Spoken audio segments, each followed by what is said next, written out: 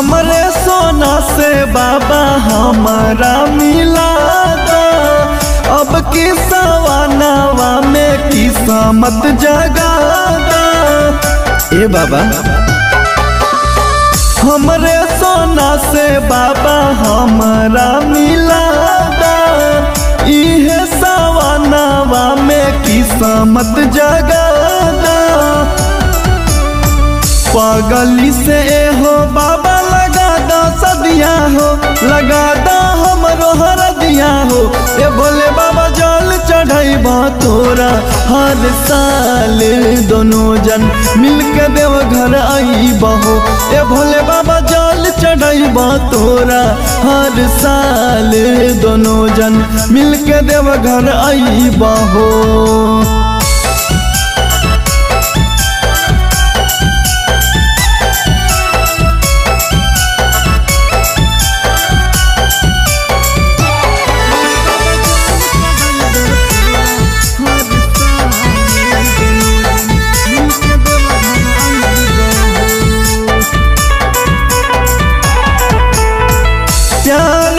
दुश्मन बाबा गौवा समाज हो, एक ही गौर जी बाबा तोहरा से आज हो।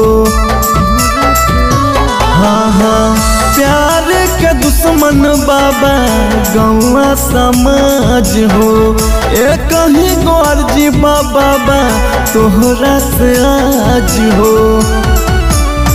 हमरे सोना के बाबा रखिया सलामत हो, ओकरे दिल में बच्चाहत हो। ए भोले बाबा जल चढ़ाइबा तोरा हर साल, दोनों जन मिलके देव घर आइबा हो। ए भोले बाबा जल चढ़ाइबा तोरा हर साल, दोनों जन मिलके देव घर आइबा हो।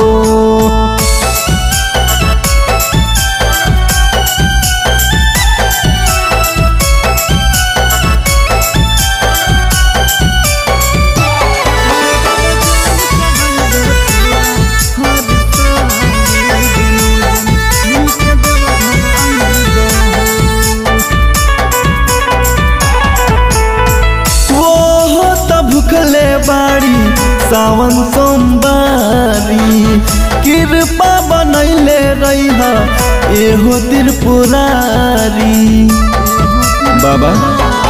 हाँ वो तो भूखले बाड़ी सावन सोमवारी, कृपा बनैले रहिहा एहो त्रिपुरारी। पगली के हमरो बाबा बना दा दुल्हनिया हो, सुमंत गावा भजनिया हो। ए भोले बाबा जल चढ़ाइबा तोरा हर साल, दोनों जन मिलके देव घर आइबा हो। ए भोले बाबा जल चढ़ाइबा तोरा हर साल, दोनों जन मिलके देव घर आइबा हो।